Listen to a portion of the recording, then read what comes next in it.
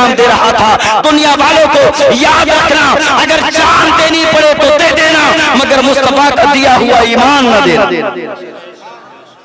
हाँ, ऐसा ईमान हमारा होना चाहिए।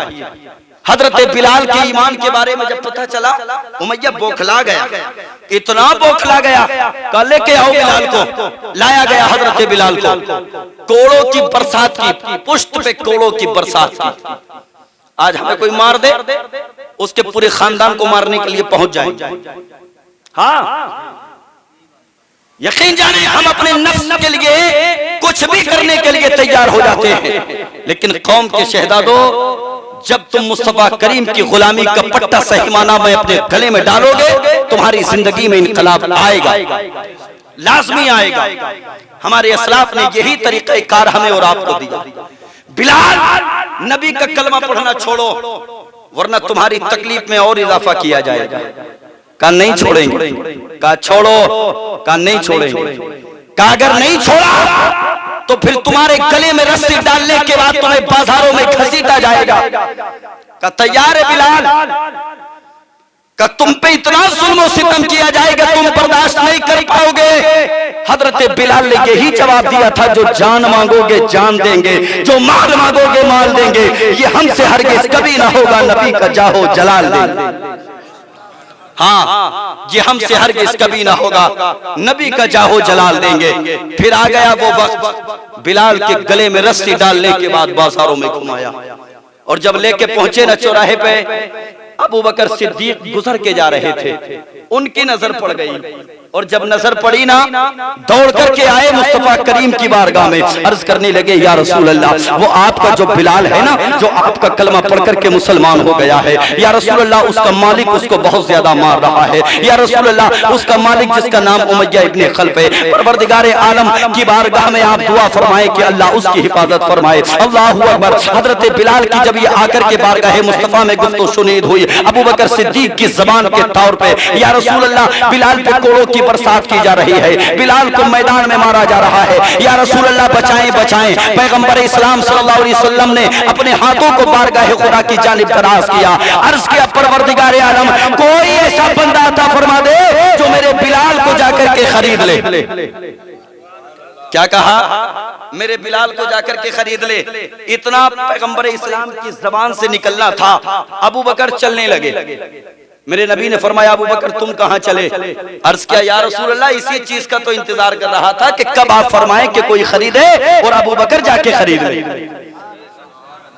जब अबू बकर चलने लगे, मेरे नबी ने फरमाया, अबू बकर वापस आओ। कहा, या रसूल अल्लाह किस लिए? मेरे नबी ने अपनी जेब में हाथ डाला, कुछ पैसे निकाले, और निकालने के बाद अबू बकर की तरफ इशारा किया, बोले अबू बकर ये पैसे लेकर के जाओ, तुम बिलाल को खरीद करके लेकर के आओ, तो मेरे भी पैसे उसमें शामिल करो। जानती हो अबू बकर ने क्या जवाब दिया था? अर्ज किया, या रसूल अल्लाह, ये तो माल है, माल। या रसूल अल्लाह, माल ही नहीं बल्कि अबू बकर की जान भी आप पे कुर्बान है। आका, ये अबू बकर का माल अबू बकर का नहीं, आका आपका माल है, ये जान भी अबू बकर की नहीं, या रसूल अल्लाह आपकी जान। आप माल की बात करते, ये जान भी आपकी है। चले आए उसी चौराहे पर जिस जगह बिलाल पे जुल्म और सितम हो रहा था। आने के बाद जैसे ही उमैया इब्ने खल्फ ने कोड़ा उठाया मारने के लिए, अबू बकर सिद्दीक ने फरमाया, खबरदार। का क्या हुआ? का अब अगर कोई कोड़ा मारा तो तेरी खैर नहीं। का किस लिए? का मैं बिलाल को खरीदने आया। जरा मुस्कुरा के कह दे सुभान अल्लाह, मैं बिलाल को खरीदने आया हूं। का क्या दे सकते हो इसका? उसने अपनी जबान के तौर पे जो भी कीमत रखी, मिसाल के तौर पे उसने कहा, मैं 200 दिरहम लूंगा। कितने? कितने जी? 200 दिरहम। अबू बकर सिद्दीक ने फरमाया, डन। आपके मशवरा करके सुभान अल्लाह, जरा कहिए ना सुभान अल्लाह। का 200 का डन। उमैया ने सोचा, बोले यार एक ही बार में डन, तो इसका मतलब ये है कि बिलाल में कुछ तो है, वरना एक ही बार में डन कैसे हो जाएगा? मुकड़ गए अपने वादे से। कहा नहीं जी, 200 में नहीं देंगे, 1000 में देंगे। अबू बकर सिद्दीक ने फरमाया, डन। कहा यार 1000 में भी डर, कुछ तो ज्यादा है। कहा नहीं देंगे, बदले में गुलाम मिलेंगे, उसके बाद बिलाल को देंगे। अबू बकर सिद्दीक ने फरमाया डन। कहा ऐसा, बिलाल को खरीद लिया और लेकर के चले ना जब हजरत बिलाल को अबू बकर सिद्दीक, उमैया कहने लगा अबू बकर मैं तो तुम्हें बहुत बड़ा ताजिर समझता था, मैं तो समझता था कि बहुत ज्यादा अक्ल वाले हो तुम, मैं तो समझता था बहुत ज्यादा दानिश्वर हो तुम, लेकिन मेरी नजर में तो तुम बहुत ज्यादा बेवकूफ निकले। अपने जुमलों से उसने हजरत अबू बकर सिद्दीक की तस्लील की। अबू बकर सिद्दीक से कहने लगा तुमने घाटे का सौदा कर लिया। अल्लाहू अकबर। अबू बकर सिद्दीक फरमाने लगे ऐ उमैया सुन, अबू बकर सिद्दीक ने जितने तारीख में अपने सौदे किए, सारे सौदों पे अगर कोई भारी सौदा है तो वो बिलाल ही का सौदा। का कैसे? का उसकी वजह यह है आज तक जितने सौदे भी किए वो अबू बकर सिद्दीक ने अपनी मर्जी से किए। आज जो बिलाल को खरीदा है ना, वो अपनी मर्जी से नहीं, मदीने वाले की मर्जी से खरीदा। अल्लाह अकबर। मदीने वाले की मर्जी से खरीदा है। इसलिए आज अबू बकर ने घाटे का सौदा नहीं बल्कि मुनाफे का सौदा किया। हाँ, बदलो अपने आप, बदलो, और जब बदलोगे तो इंशाअल्लाह इनकलाब पैदा होगा। यकीन जाने, सिर्फ जलसे करने से कोई फायदा नहीं, ये सच्ची बात है। अपने यहाँ तो अल्लाह का शुक्र है, वरना हम देखते हैं बिहार, बंगाल, उड़ीसा, छत्तीसगढ़ इतने ज्यादा खर्चे होते हैं उधर जलसों में कि अपने यहाँ बहुत आसानी के साथ बहुत बड़ी शादी हो सकती है। बहुत बड़ा जलसा हमारे यहाँ 1.5 से 2 लाख में हो जाता है। बहुत बड़ा कह रहा हूँ, बहुत बड़ा। इतने पैसे के तो उधर लिफाफे बनते हैं मौलाना लोगों के। इतना बड़ा खर्चा, ये खर्चा करना जरूरी नहीं है। और इसी वजह से सवाल भी आ रहा, कहाँ जलसों में लोग आते हैं मजे लेने के लिए आते हैं, देखते हैं कौन मौलाना कितना अच्छा बोलेगा, कौन सा शायर कितना अच्छा पढ़ेगा। यही जवाल की अलामत है। खुलूस लिल्लाहियत नहीं रही, इसी वजह से जवाल आ रहा है। ये जलसे करना फर्ज नहीं है, तालीम सीखना फर्ज है।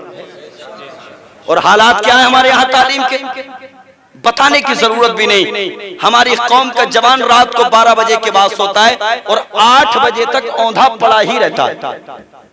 हम तो देखते हैं रात के 4 बजे 3 बजे हम लोग जलसे से आते हैं, रेस करते हुए नौजवान मिलते हैं। जानते कौन होते हैं वो हमारी कौम का शहजादा होता है। ये सच्ची बात है, बिल्कुल एक्सेप्ट करना पड़ेगी आपको, सच्ची बात है। सुबह नमूदार होते ही हाईवे पे रेस करने वाले जवान हमारे नहीं, इसलिए कि हमारे जवान तो कुत्ते की तरह औंधे अपने बिस्तर पे पड़े 8 बजे तक। और गलती इसमें माँ बाप की भी है। हाँ, बाप की भी और माँ की भी। माँ भी बेटी को उठाने के लिए तैयार नहीं है, सोने दो लल्ली को। लल्ली ने फजर की नमाज पढ़ी नहीं है, सोने दो। और कौम की शहजादी, तुझे खुदा के रसूल का वास्ता, अगर तू फजर में उठे, बहुत सी माएं तो चाय भी खुद बना के पिलाती है जवान बेटियों को, और फिर ये ससुराल में भी बनाने के लिए तैयार नहीं होती तो रिश्तेदारियों में दरारें पड़ती। हम नहीं सिखाते, हमारे वालिदैन नहीं सिखाते। और अगर इस तरह से हमारे मुआशरे में इनकलाब आए ना कि सुबह को फजर की नमाज के लिए हमारा बाप अगर उठे तो अपने बेटे को साथ में लेकर के उठे, अगर माँ नमाज के लिए उठे तो बेटी को साथ में लेकर के उठे, उधर बाप अपने साथ में अपने बेटे को मस्जिद लेकर के जाए, इधर माँ अपने घर में 2 मुसल्ले बिछाए, एक मुसल्ले पे खुद नमाज पढ़े, दूसरे मुसल्ले पे बेटी खड़े होकर नमाज पढ़े। याद रखना कौम के शहजादों, उसके बाद जो दुआएं की जाएंगी हमारे हाथ नीचे बाद में आएंगे। अल्लाह की रहमतों के खजाने हमारे घर में पहले उतार दिए।